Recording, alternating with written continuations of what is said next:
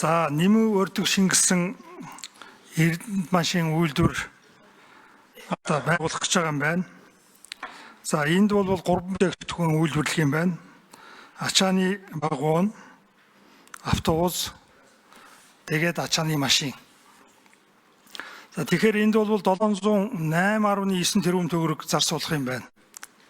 220 сая доллар. За энэний одоо 50% нь бараг л ачааны вагон үйлдвэрлэхээр байна. За 50% нь бол автобусны үйлдвэр болон ачааны машин үйлдвэрлэх юм байна.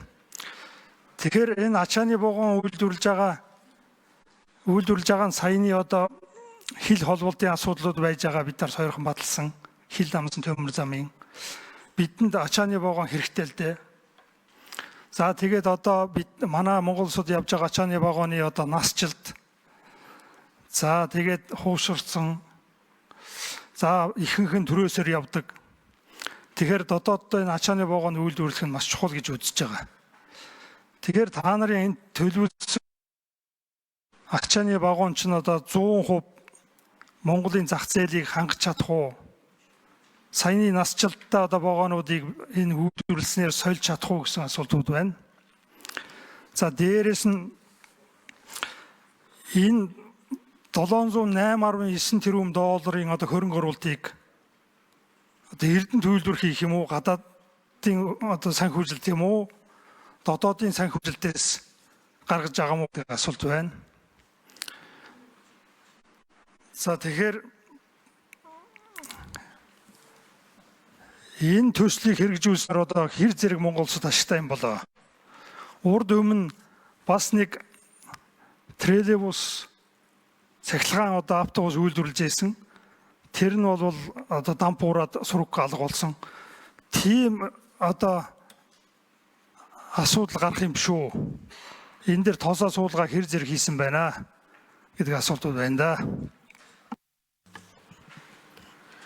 За Жангабил гишүүний асуултанд хариулъя. Энэ бол бас Монголын хувьд бол стратегийн том асуудал шүү, жижиг асуудал биш. Энэ шийдэгдвэл олон зүйл бас дагаж шийдэгдэхээр байгаа. Ингээд 2 номерт хариулт өгье. За Жангабил гишүүний асуултанд хариулъя. За юуны түрүүн энд бид нар энэ саяхан хэлж байгаа 700 гаруй тэрбумыг улсын төсвөөс гаргах тухай бол ерөөсөө яриаггүй байж байгаа. За Эрдэнэт машин ийм зохицуулбар байгуулах ийм дэд үтцийг Эрдэнэтэд бол байгуулад энэ авто зам, төмөр зам, цахилгаан ингээд бүх ийм дэд үтцийг нь бол байгуулад ерөнхийдөө дуусах шатанд орж байгаа. За бид нар энэ боловсруулсан энэ автобус энэ үйлдвэрүүд төр хувийн хвшлийн түншлэлээр гадны хөрөнгө оруулалт, дотоодын хөрөнгө оруулалтаар хийхээр төлөвлөсөн. Тэзүү боловсруулах ажлын даалгавартаа гадны ийм одоо 6-аас 10% нэгжид санал тавиад судлаад иргсэн. За ингээд Оросын холбооны Хятад, Япон, Герман, Узбек гэсэн ийм орнуудын машин үйлдвэрлэгч нартай уулзаад Монголд ийм машин угсрах талаар хамтарч ажиллах уу гэдэг санал тавьсан. Бүгдөө дэмжиж хамтарч ажиллая гэдэг асуудал тавьж байгаа юм. За эхнээсээ одоо бид нар яаж хөрөнгө оруулах уу, хизээ эхэлж болох уу гэдэг хүртэл асуудал тавьж байгаа. За ингээд энэ 3 үйлдвэр бол тусдаа үе шаттайгаар бас хийх боломжтой ийм байгаа. За сүүлийн дээр асуусан ачааны вагоны үйлдвэр бол одоо жилдээ бид нар 500 орчим ийм вагон үйлдвэрлэх ийм ачааны үйлдвэрлэх ийм хүчин чадалтайгаар тооцож байгаа. Өнөөдөр манайд нэг нийт бүртгэлтэй 11 мянга орчим ийм хөдөл бүрэлдэхүүн байгаа. За тэрний 6600 орчим нь одоо бидний сонирхож байгаа давцсан тийм вагон байгаа. За ингээд яг өнөөдөр ихэд одоо Улаанбаатар төмөр зам нийтдээ одоо нэг 1200 ийм одоо вагон шинчлэх жишээний ийм шаардлагатай. За энэ вагонууд бол одоо Оросын холбооны улсаас бид нарын хөдөлж авдаг үн бол өнөөдрийн байдлаар нэг вагон бол нэг 260 орчим сая ийм төгрөгийн үнэтэй байгаа. За дотоодод үйлдвэрлэснээр бид нар энэ эдийн засгийн үр ашигын талаар одоо боломжтой бол манай энэ зөвлөх үйлчлэгээ үзүүлсэн Тэзүү 9 багаас товчхон эдийн засгийн үр ашигыг слайдн дээр бид нар үзүүлэх боломжтой юм байна. За тэгийн тухай хуулиа бариад маш товчхон одоо танилцуулаарай. За ингээд 5 номерын микрофон дээр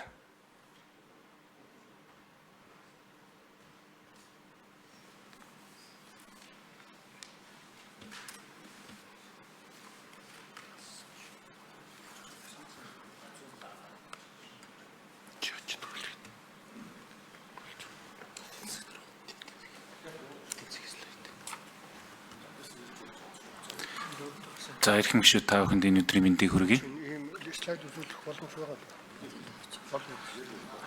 DDG компани захирал Ган Заяа байна. За автобус ачааны машин ачааны вагон үйлдвэрлэх төслийн техник эдийн засгийн үндэслэл үзүүлэлтүүдийг та бүхэнд маш товчхон танилцуулъя. За ачааны хагас вагоны үйлдвэр байгуулахад нийтдээ 357 тэрбум төгрөгийн хөрөнгө оруулалт шаардлагатай. Автобусны үйлдвэр байгуулахад 158, ачааны автомашины үйлдвэр байгуулахад 193 тэрбум төгрөгийн хөрөнгө оруулалт нийтдээ 708.9 тэрбум төгрөгийн хөрөнгө оруулалт шаардлагатай. За цаг байгаа учраас төслийн нийт үр дүнгуудыг танилцуулъя. За төслийн эдийн засгийн тооцоог 10 жилийн хугацаагаар боловсруулсан. Нийтдээ 10 жилийн хугацаанд 2.5 тэрбум $, орлого олж нийтдээ 328.5 сая $, цэвэр ашигтай ажиллах ийм үйлдвэр байгаа. За ирээдүйн мөнгөний үнэгийн үнцийн 51.3 сая $,